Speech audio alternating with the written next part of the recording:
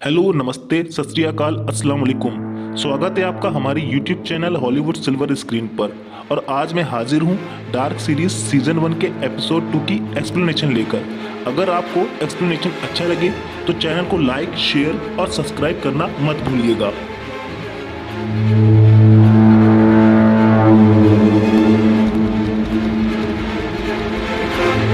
Episode 2 की शुरुआत में जॉनस को एक बुरा सपना आता है जिसकी वजह से उसकी आँख खुल जाती है। उसे अपने कान के पास कुछ महसूस होता है जिसे जब वो शीशे में देखता है तो ब्लैक कलर का लिक्विड होता है। जब वो पीछे मुड़ के देखता है तो उसे अपने फादर दिखाई देते हैं जो उसी ब्लैक लिक्विड में लथपथ थे। तभी जॉनस की आँख खुलती है और उसे पता चलता है कि वो ये सब सपना देख रहा था। अल्रिक को लगता है कि मिकेल, एरिक और उस डेड बॉडी में कोई कनेक्शन है। वह गुफा के अंदर जाता है और उसे वहां दरवाजा मिलता है जहां पर न्यूक्लियर पावर प्लांट का लोगो बना था। शार्लेट डॉपलर डेड बॉडी की ऑटोप्सी करवा रही थी। तभी डॉक्टर उसे बताते हैं बॉडी का कान पूरी तरह से जला हुआ है और शायद दिन में बहुत ज़्यादा गर्मी थी जिसकी वजह से उसके चेहरे पर प्रेशर पड़ा होगा और उसका कान और आँख पूरी तरह से जल चुका है। गले में कॉइन वॉकमैन सभी 80 के दशक का है और ये जो मिट्टी मिली है उसके कपड़ों पर वो भी यहाँ की नहीं है। अल्रिक वहाँ आता है और शार्लेट को गुफा की बात बताता है। उसे लगता है कि मिकेल उस दरवाजे से होते हुए न्यूक्लियर पावर प्लांट में चला गया होगा। मैक्स भी, जो कि उसका भाई था, 33 साल पहले गुफा के पास गायब हुआ था। अल्रिक न्यूक्लियर पावर प्लांट की तलाशी लेना चाहता था। हमें फिर से वही हुडी वाला इंसान गुफा के पास दिखाया जाता है जो एपिसोड 1 में दिखाया गया था। इस बार उसका चेहरा भी दिखाया जाता है। उसके चेहरे पर मिट्टी लगी हुई थी। वो रेजिना के होटल में एक कमरा लेता है। उस कमरे में हमें बहुत सी तस्वीरें, साइन और एक किताब दिखाई जाती है जिसका नाम ए जर्नी थ्रू टाइम था। जॉनस अपने पिता के पुराने कमरे में जाता है। वहाँ बहुत सारी पेंटिंग रखी थी क्योंकि वो एक पेंटर थे। उस रूम में जॉनस को वाइडन की गुफा का मैप मिलता है जहां लिखा था क्रॉसिंग कहाँ है। अलेक्जेंडर न्यूक्लियर पावर प्लांट का हेड होता है और अल्रिक को तलाशी नहीं लेने देता। अल्रिक को जर्गन पर शक हो जाता है।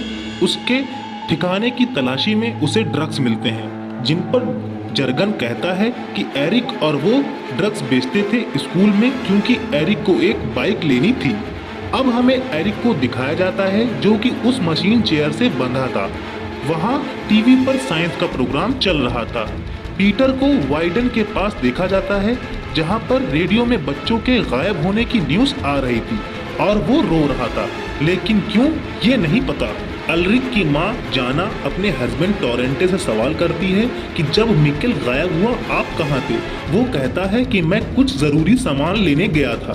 दरअसल टोरेंटे के कपड़ों में खून लगा हुआ था। सभी लोग बहुत परेशान थे, जैसे कि मार्था बार्थोस की कॉल इग्नोर कर रही थी।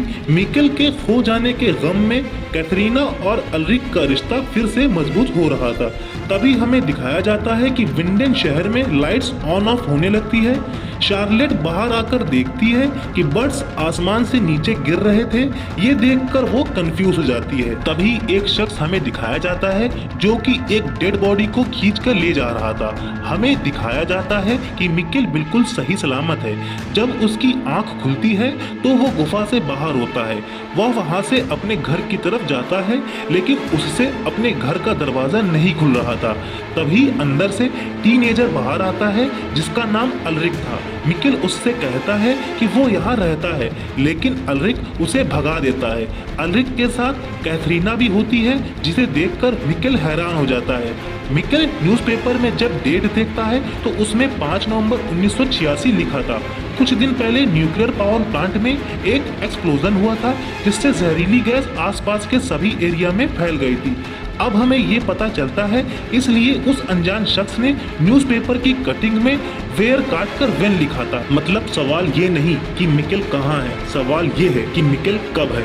और इसी के साथ एपिसोड 2 भी ख़त्म हो जाता है। अगर आपको हमारा एक्सप्लेनेशन अच्छा लगे तो चैनल को लाइक, शेयर और सब्सक्राइब करना मत भूलिएगा। Thank you.